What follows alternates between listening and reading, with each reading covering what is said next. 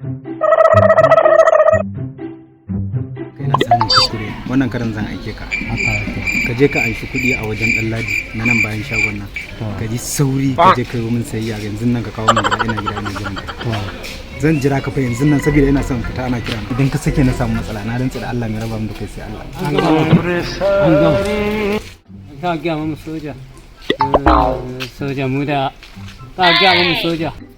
Me kace? Ani yanzu zan je suna da. Okay kai sauri ka dawo.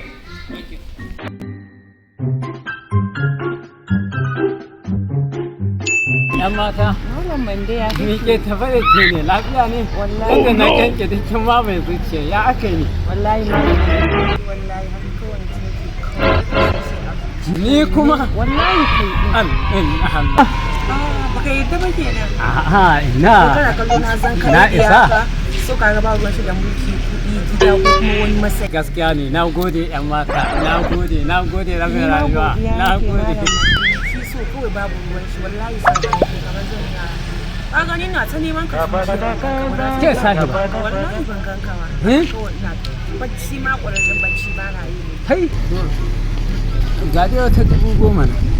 Sai dai ko za ta isa. na gode malam Mande Haka. to ba matsala Yawa. Yanzu ina za mu haɗu. ko malam Mande idan na da wallahi zan neme ka insha Allah na maka alƙawari duk inda ka shiga gaskiya Na bai.